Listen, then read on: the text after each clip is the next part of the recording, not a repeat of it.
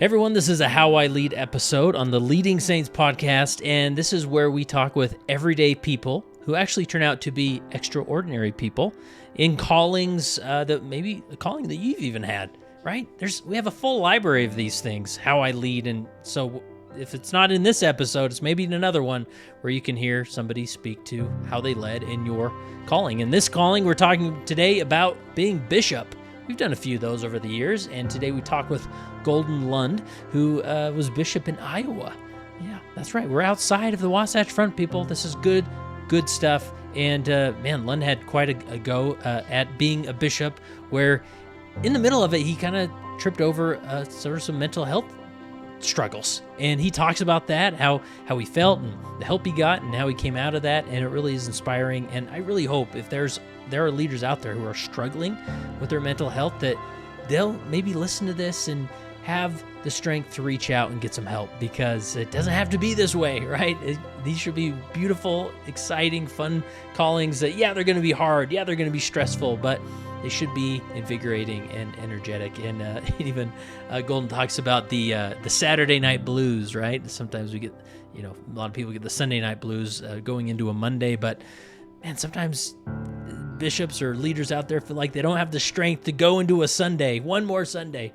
And so he talks about that, and really just being open and vulnerable with his ward and sharing his struggles that way, that really united the ward and helped other people feel comfortable and open up as well. So inspiring journey with Golden. I think you'll appreciate it. We recorded this in Zion Lab in front of a live studio audience. Well, they were online anyways, a live virtual audience.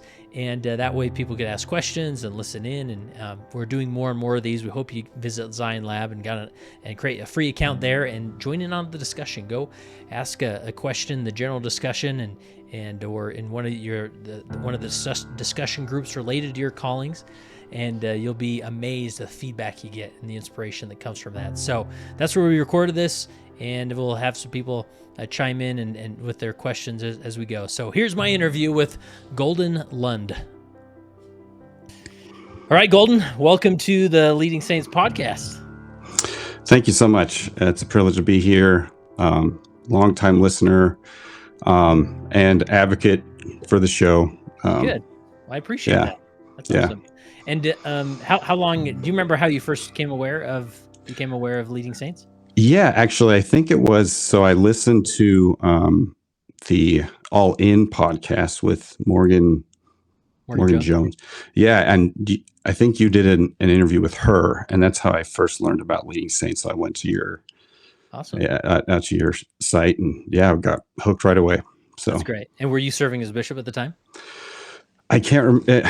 It was close around the start or right before, but yeah. Nice. So, and where is it that you're located? So it's a town called Bettendorf, Iowa. Most people are familiar with Davenport. We're right next to Davenport. The area I live in is considered the Quad Cities. We're right on the Iowa-Illinois border. So Bettendorf, Davenport, Moline, Rock Island is kind of what the Quad Cities is considered. So, yeah. And is there a story behind you being called as bishop? Yeah. So I was called in the right at the beginning of COVID. So it was interesting. The stake president at the time, was the CEO of a major medical network. Kind of fortuitous, actually, that he had such a pulse on what was going on in hospitals and things. But so he called me virtually. We'd already been, so this was like the last Sunday in May of 2020. We'd already been shut down for about a month and a half. And then he called me in like the end of May. And then he said, I think we're going to be going back to church in about a month. Well, it took until August 2nd. And then it was sustained over 2 Sundays because, we were trying to go downsize how many people were in each at the chapel. So it was over 2 Sundays that I was sustained. And so I knew for a while before I was actually sustained and set apart. Yeah. So that's awesome. And what do you mean? What do you remember from those early days? I mean, obviously it was a different time in history when we're kind of shut down, but what do you remember as far as trying to just get your feet under you? Well, I remember one of the counselors that I called reached out ahead of time, and he said, "What can I do to help?" And I said, "Let's just figure out how to get back to church safely Yeah. and peacefully." It was starting to get a little bit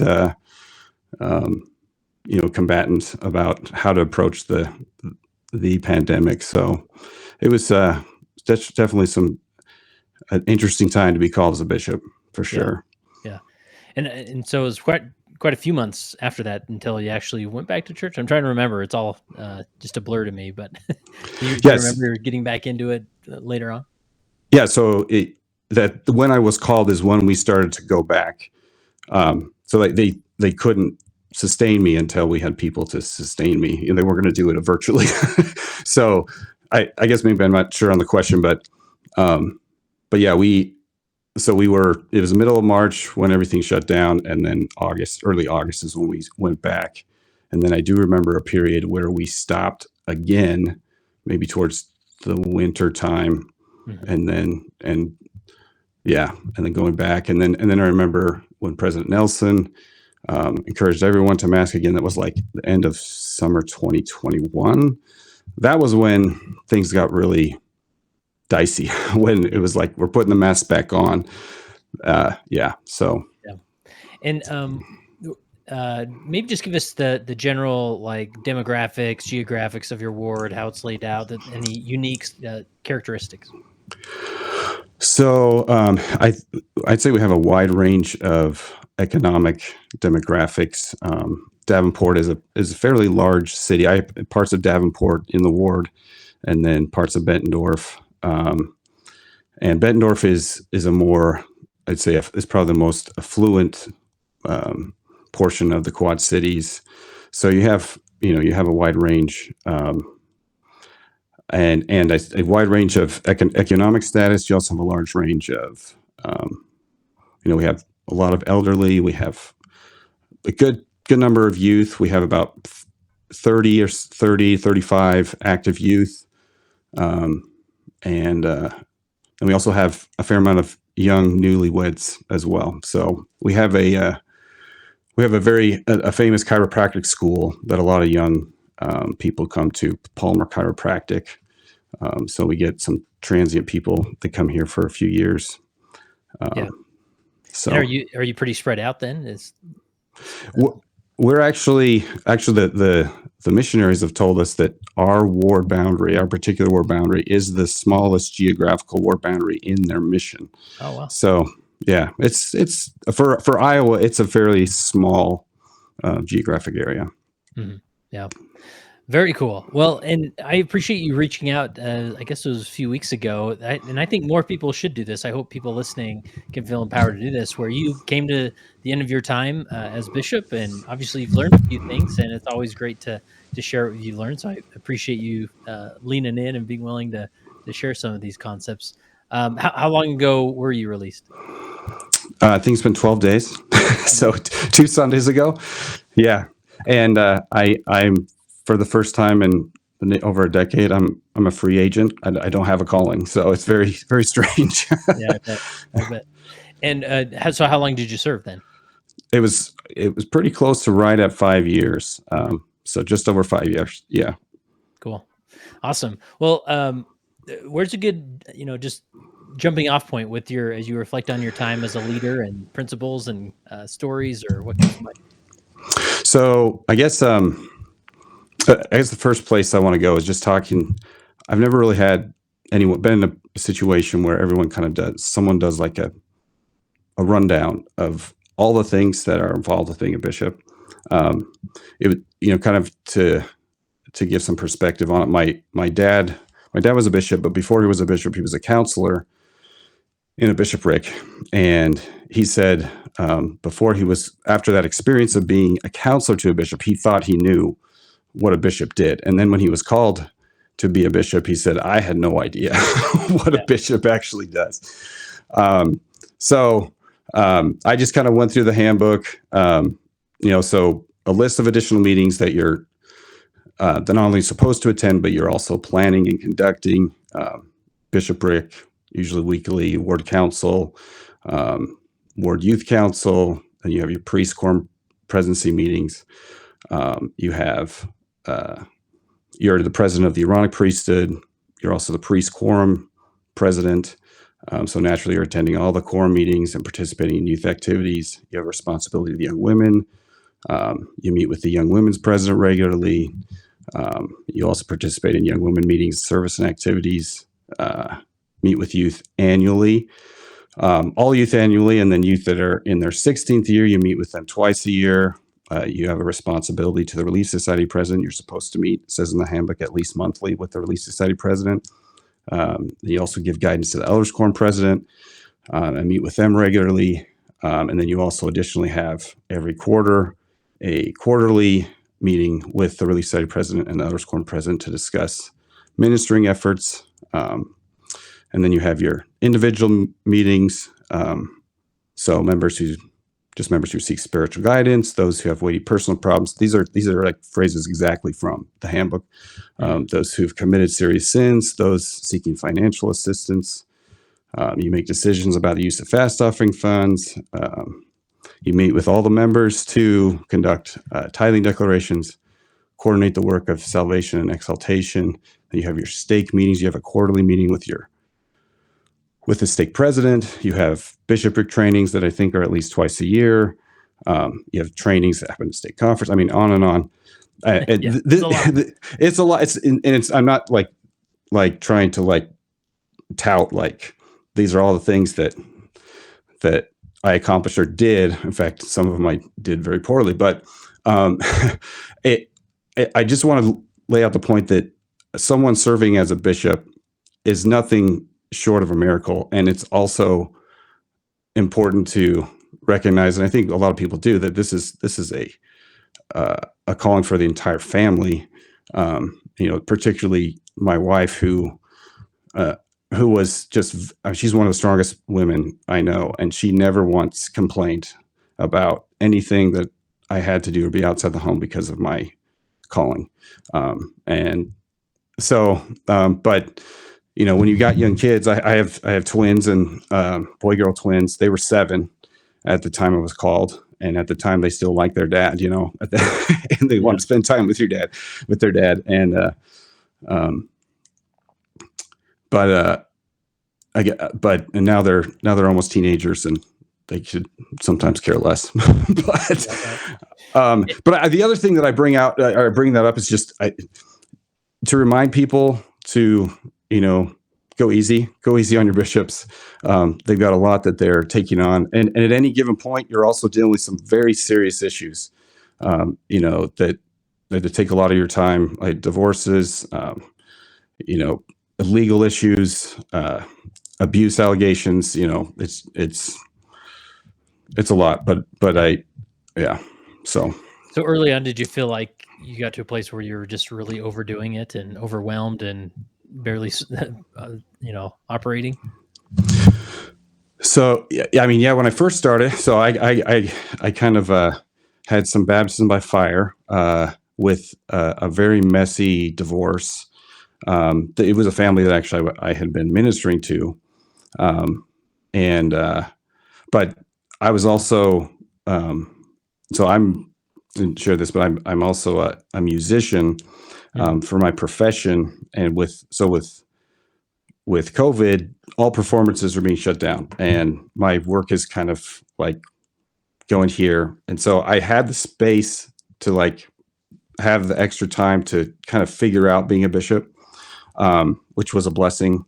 But when I will say I did have a point when about a year and a half into it that I had one of the biggest crashes of my life, actually. So what's the story? How did that happen? So about a year, and I think it was like 14 months. We had a big boundary reorganization. We went from 5 wards in the Quad Cities to 4.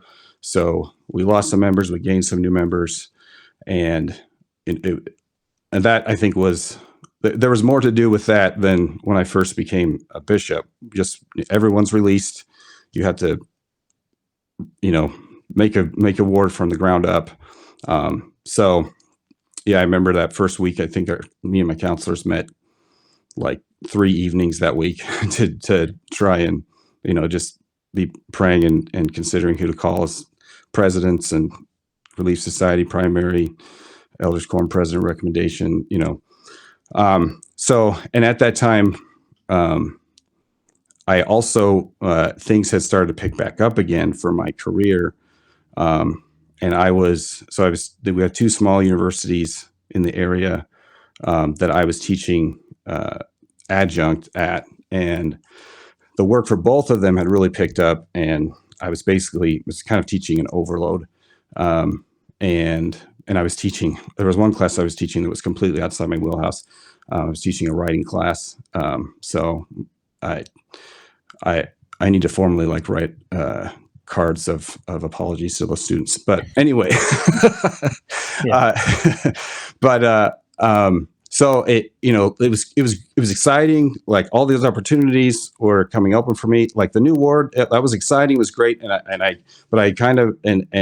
the time that all that was happening, I had the energy for it. And then, then it came around after the first of the year, first of the year in 2022, I just had a major crash of energy. It's kind of, if you've ever listened to, I'm sure you probably have, Elder Holland's talk, like a broken vessel. He describes kind of that. I can't remember the phrase he uses, a psychiatric break or something that, and I think that was similar to what I was experiencing. And I mean, it was just getting out of bed every day was just a challenge. I just had kind of really drained all my reservoirs, and through this process, though, I guess I don't know where exactly I want to go with this, but I remember going to the stake president, who so this was now a new stake president, the one that called me, but we had the CEO of our major health network, and then the following stake president was called as the CEO of the mental health network in the area. So that was a really great resource for me, because he, when I went to him and about the struggles, he had some good recommendations of a counselor for me. But yeah, I remember going to him and I asked him for a blessing, and there was a big part of me that I just wanted him to release me. I just didn't feel like I could keep going. And I remember turning to my wife on Saturday nights, and they talk about the Sunday night blues. I had the Saturday night blues. I was I don't want to get up and be the bishop tomorrow.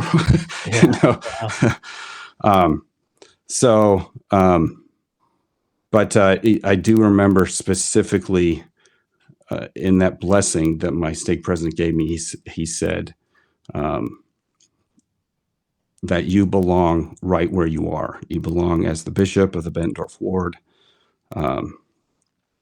and you belong in the career you're in, and which was over time became very, very reassuring. It's not real part. Big part of me didn't want to hear that at the time, but what I remember sharing after this experience is how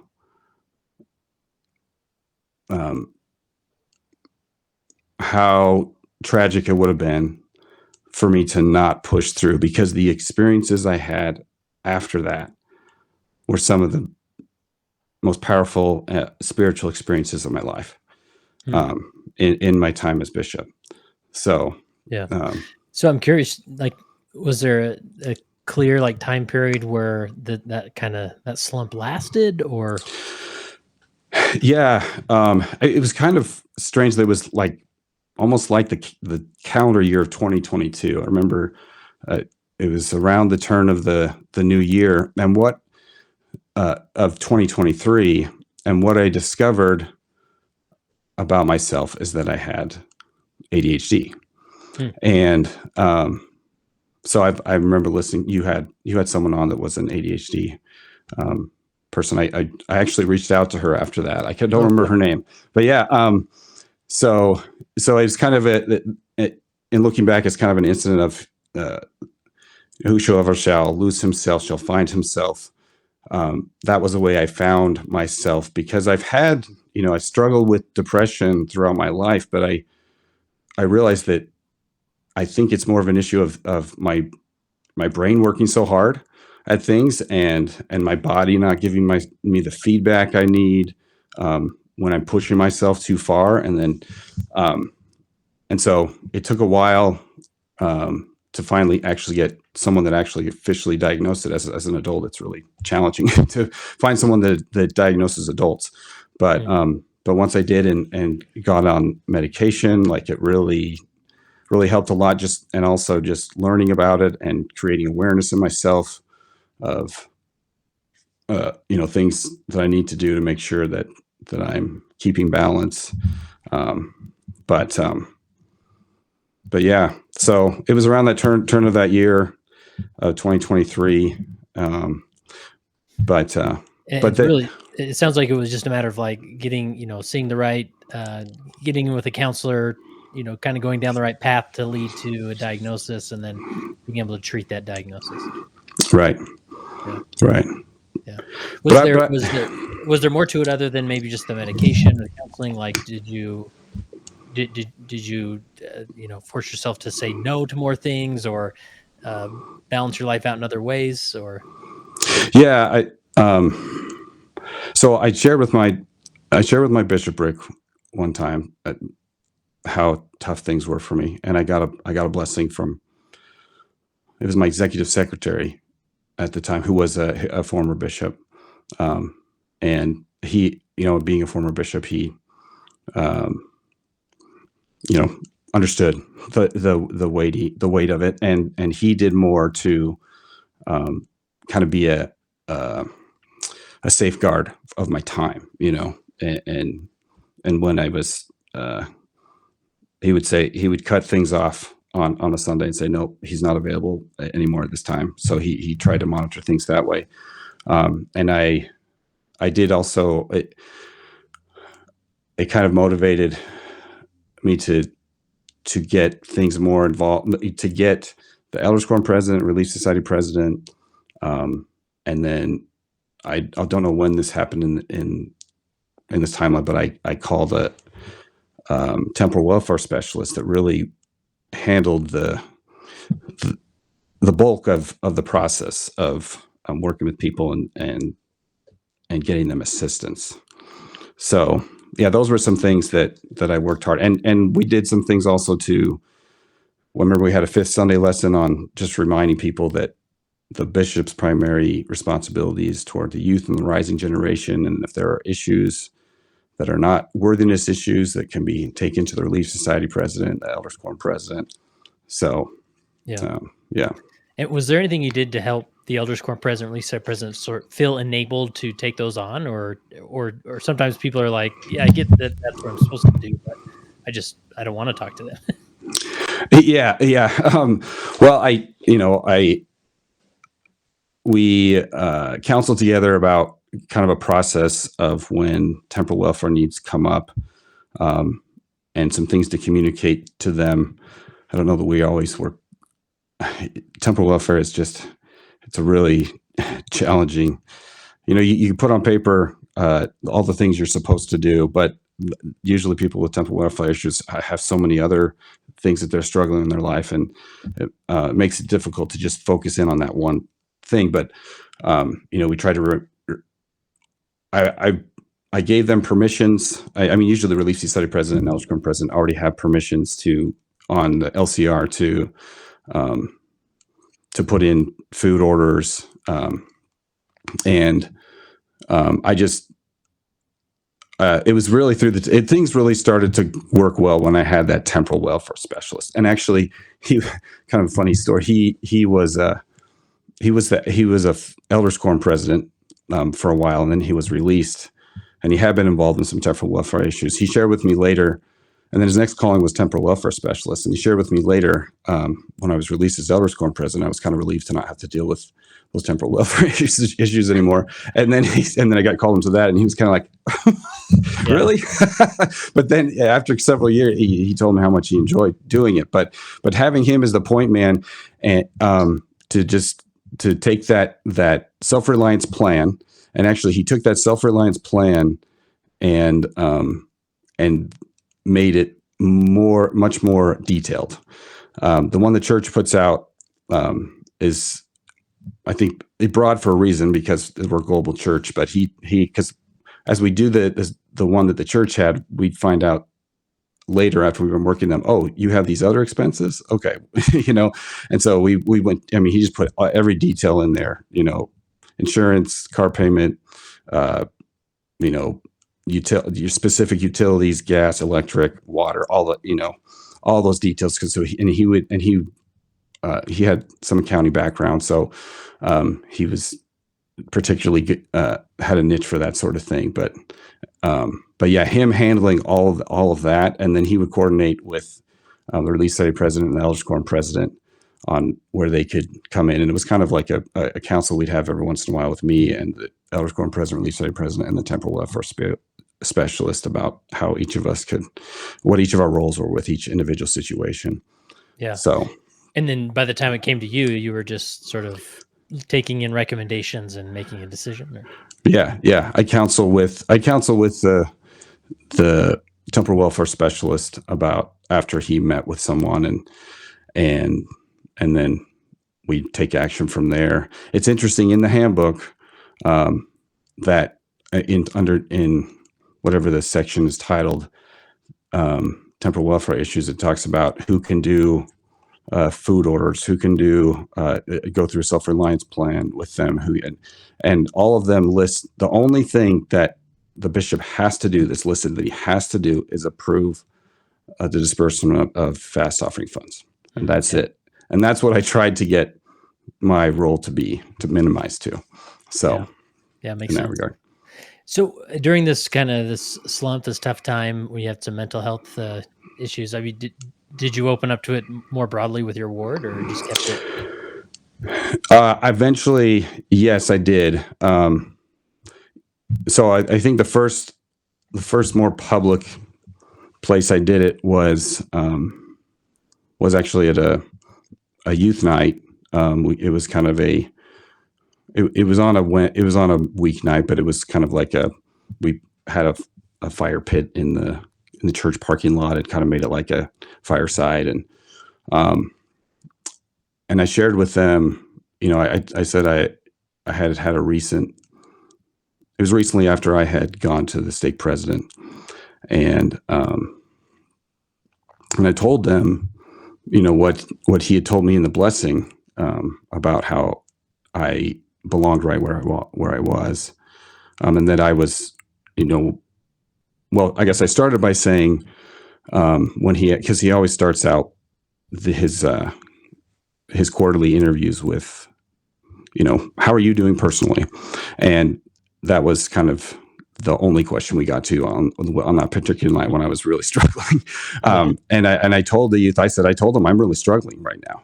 Like I'm just struggling to function as a person, let alone, how, if when I'm struggling as a person, how can I then help lift up others if I can't even lift myself up,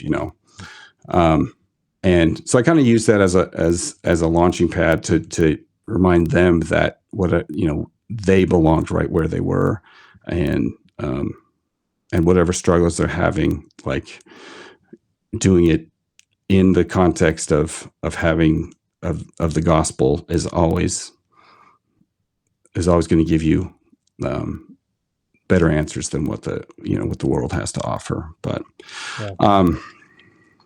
but then so it wasn't until this last ward conference, the talk that I gave, that I opened up to the whole ward about it and shared it in my talk about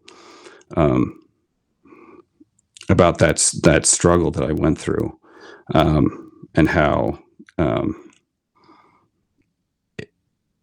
how the work of the Lord, it really is the work of the Lord. And because I was not able to function well, but still the things that were happening, where the work continued. I still sent people out, sent people out on missions, helped send people out on missions. We still were able to meet every Sunday, and everyone was able to come and renew their baptismal covenants. And again, with like what I shared earlier, just how working through that, you're kind of going from that rock bottom place and sticking with what the Lord had called me to do, and trusting that He would help me to get through it, and that I could experience, again, the joys and the experiences that I had after that once I got to the other side as a bishop. I think we're just so much more fulfilling, and kind of like Alma the Younger talks about when he was in his repentance process, in those 3 days of that once he caught hold on Christ and focused on Christ, that his joy was exquisite as was his pain. So yeah. And I had people, and that's, I guess you could say that's kind of maybe a trademark of the way I lead, is just to show vulnerability. And there was one time also, I guess, when I kind of early on, when things were starting to kind of spiral down the wrong direction, I wasn't conducting that sacrament meeting. But I got up and bore my testimony. I said, I'm not standing up as your bishop. I'm standing up as a member of the ward, who just needs strength right now. And that, I got a lot of things on my plate that I'm feeling like I'm not managing well. And there was a brother that reached out to me after that and said, it's easy to take for granted all the things that a bishop does, and thank you for sharing that. And he also just later in another conversation, he was one of our young men's advisors. He said, most of the bishops that I've had are, he used a term I can't repeat, but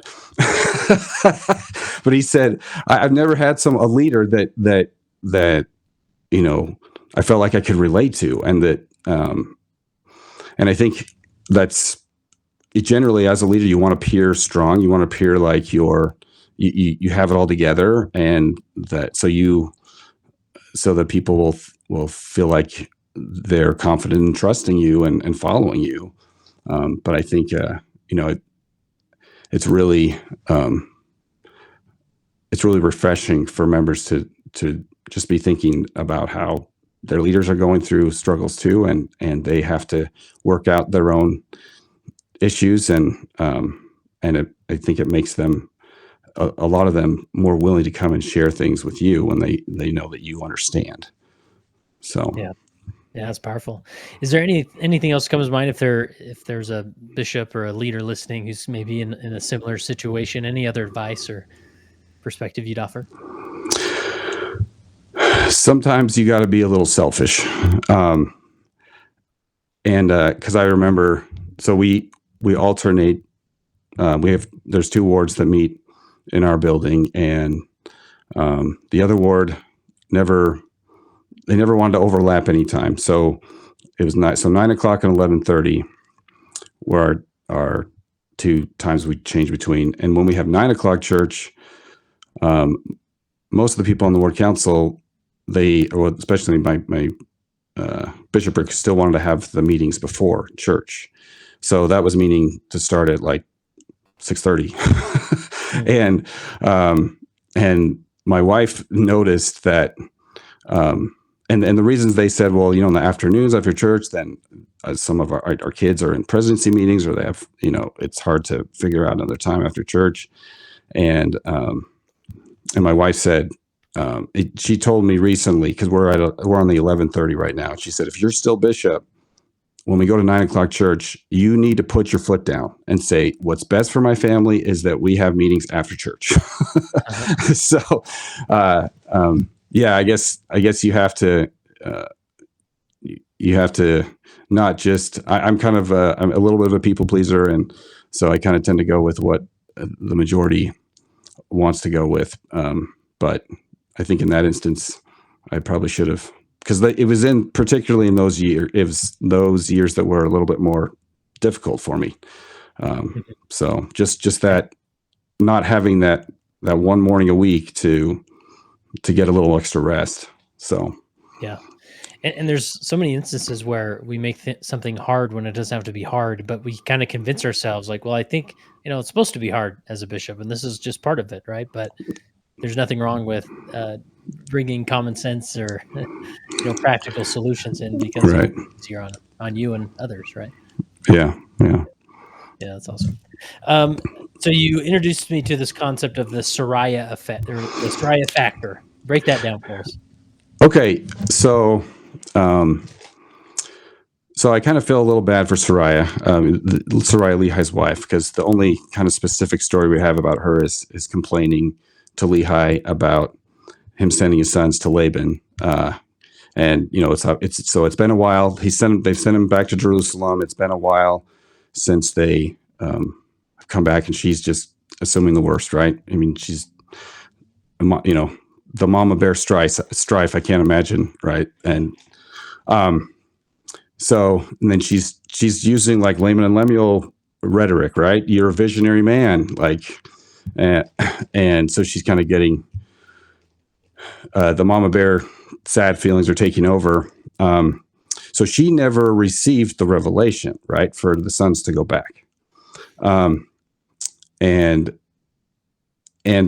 as a bishop. And often, and I mean, in any, I guess, even any president of an organization, you have a certain perspective that others won't always see. And even when those that are on your, leadership team disagree with you, you still need to stick to what you feel and know is right. I don't remember what her name was, but I think you interviewed her, and I know she was on the Follow Him podcast with Hank Smith and John By the Way. She described this analogy really well of standing on a hillside, kind of looking up at a hillside at an elementary school, and there's this crosswalk where kids are crossing the street to get to the school. And so at this crosswalk, cars are stopping, and she had this view of these cars that are stopping. And there was this one instance when this girl that's on her bike fell off the bike in front of this car. And of course it takes her a little while to get back on, but the cars behind the front car, she can see the people in those cars just getting frustrated. Like, why aren't you moving? Like, move forward. And then once they can see the girl on the bike, then she sees the reaction of, oh my goodness, I feel terrible that I wanted to, that I was being impatient about that, and that's a lot like what it is sometimes as a bishop, because people confide in you certain information that you can't or you shouldn't share. And so you have to move forward with the decision, without telling them really why, and that can be a challenge. So I guess to give you one example, so I refer to the boundary reorganization a few years back, and in that boundary change, we acquired a neighborhood that was for Iowa, it had pretty dense LDS population. I mean, I think everyone in the neighborhood, there's at least half a dozen families in that neighborhood that were all like a half a mile from each other. And so they were pretty close. And I knew some of them from, stake events and things, but I didn't know all of them.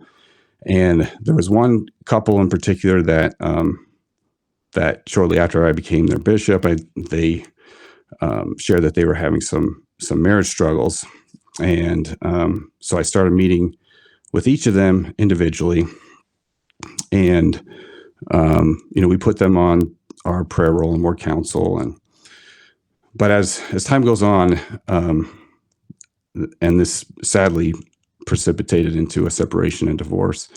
But as time goes on, I'm realizing that people in this neighborhood have formed their opinions about who's more in the right, who's not, and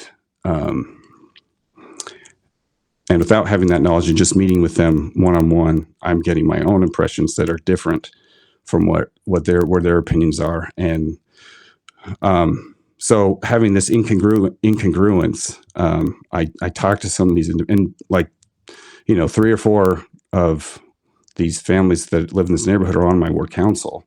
And so I'm trying to find, I talked to them individually, trying to find out some more background information, still feeling like their opinion or the way they feel about it is not the right way to look at it. And I remember talking to another friend who was not in the ward, but knew the sister very well. And I said, I'm getting all this feedback about the brother, and it seems like people are kind of siding with him. But I feel differently. And she said, well, you're the bishop. Like, you are entitled to that perspective and discernment. And so I actually, and it ended up that the brother, when they separated, he moved to a different area. But it still felt like he was still contacting members of the ward, he kind of gotten them to appeal to his side.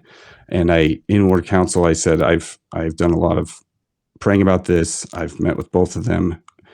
The sister is now in our ward. We need to fully support her. And so that's just one example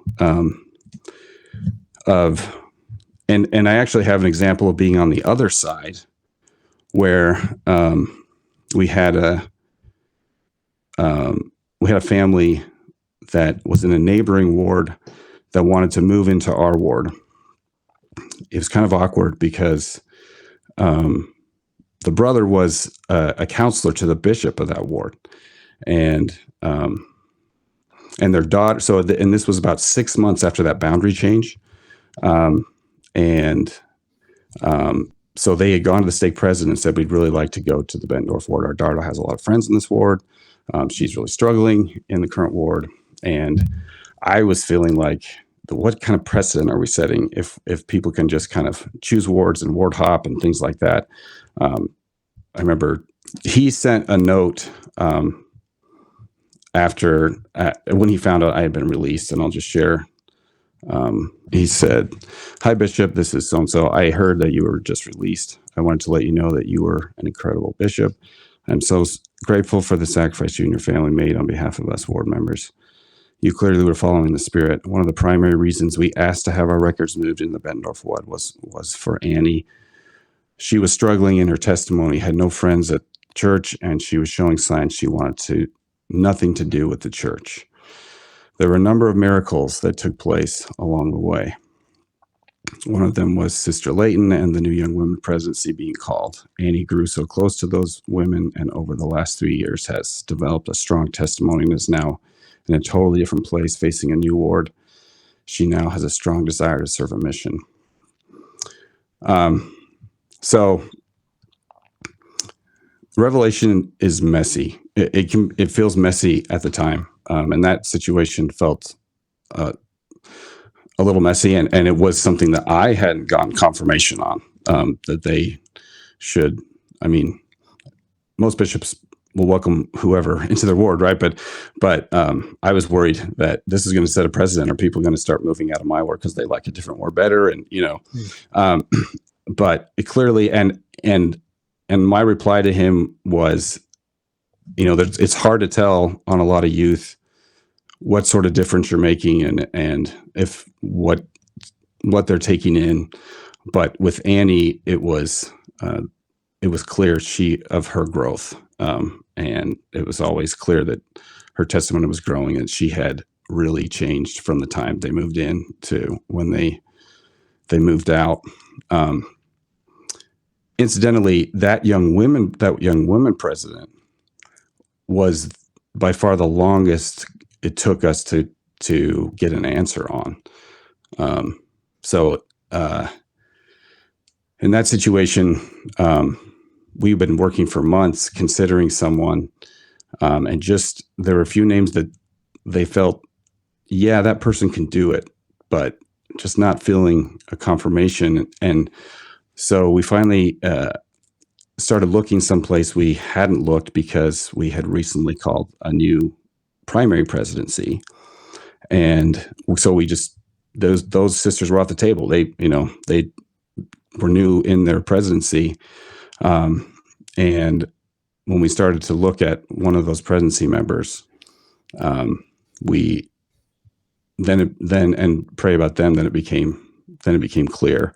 So it's just interesting that, that's what he pointed to, was that young women's president who it took us a long time to get the revelation on that. And the primary president was not initially very happy about it either, losing that counselor. But I do remember her saying that and it was one of those situations where, you don't just want to say, okay, we're taking this person from you, and you just got to deal with it.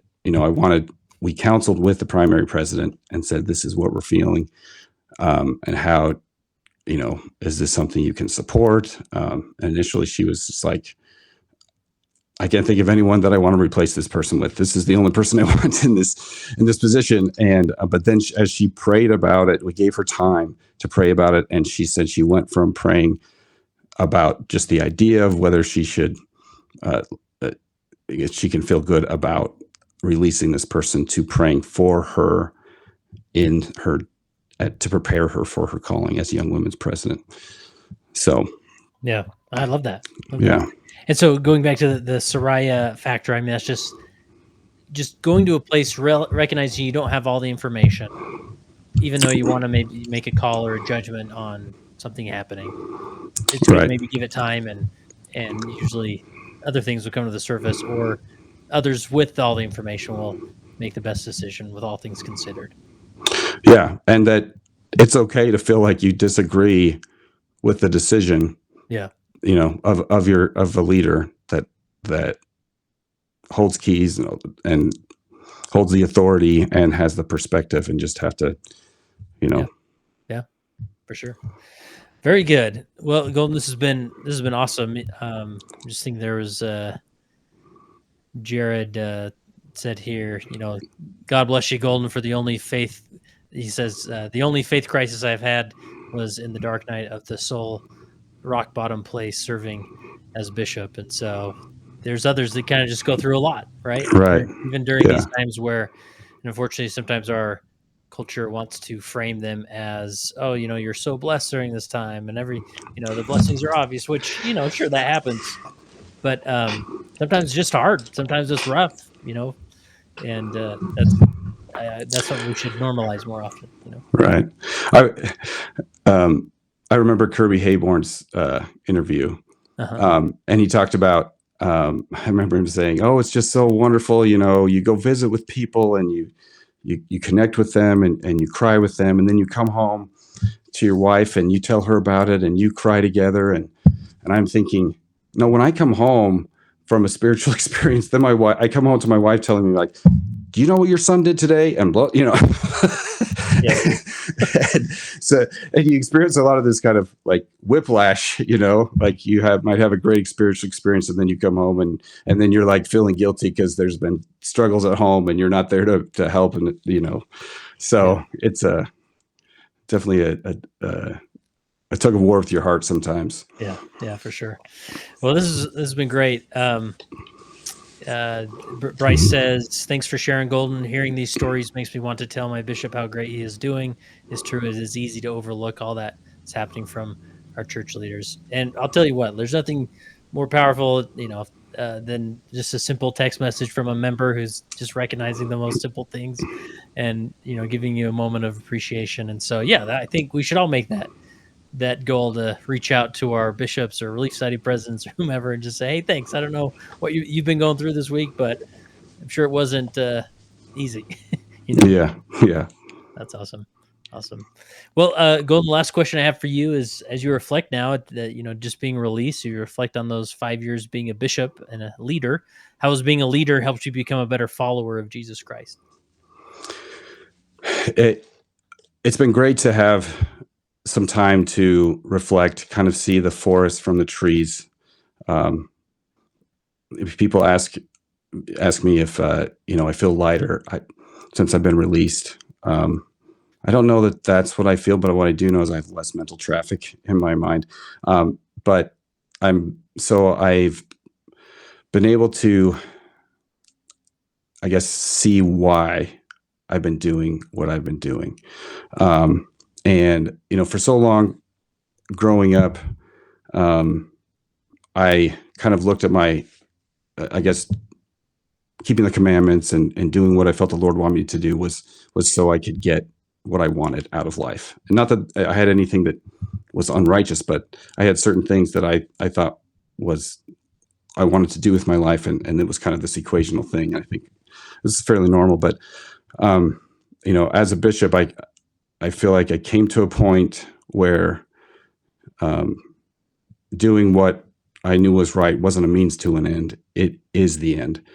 And that there's nothing that has brought me more joy than in helping bring people to Christ and to help build the kingdom of God on the earth and to help prepare the world for his return to the earth. Coming to that place where I used to feel like that I guess church things were an obligation and sometimes a distraction from other like career pursuits and things. But really all that I care most about is helping building the kingdom of God in my own family and in the Church of Jesus Christ of Latter-day Saints. And so that's really changed my heart, to be able to truly find joy in that, and not just as I'm collecting my celestial collateral, So, and just also a chance to just walk in his shoes and be able to see people a little bit more like the Savior sees them, is just there aren't words to describe what that's like. So it's just been an amazing experience that I'm truly grateful for.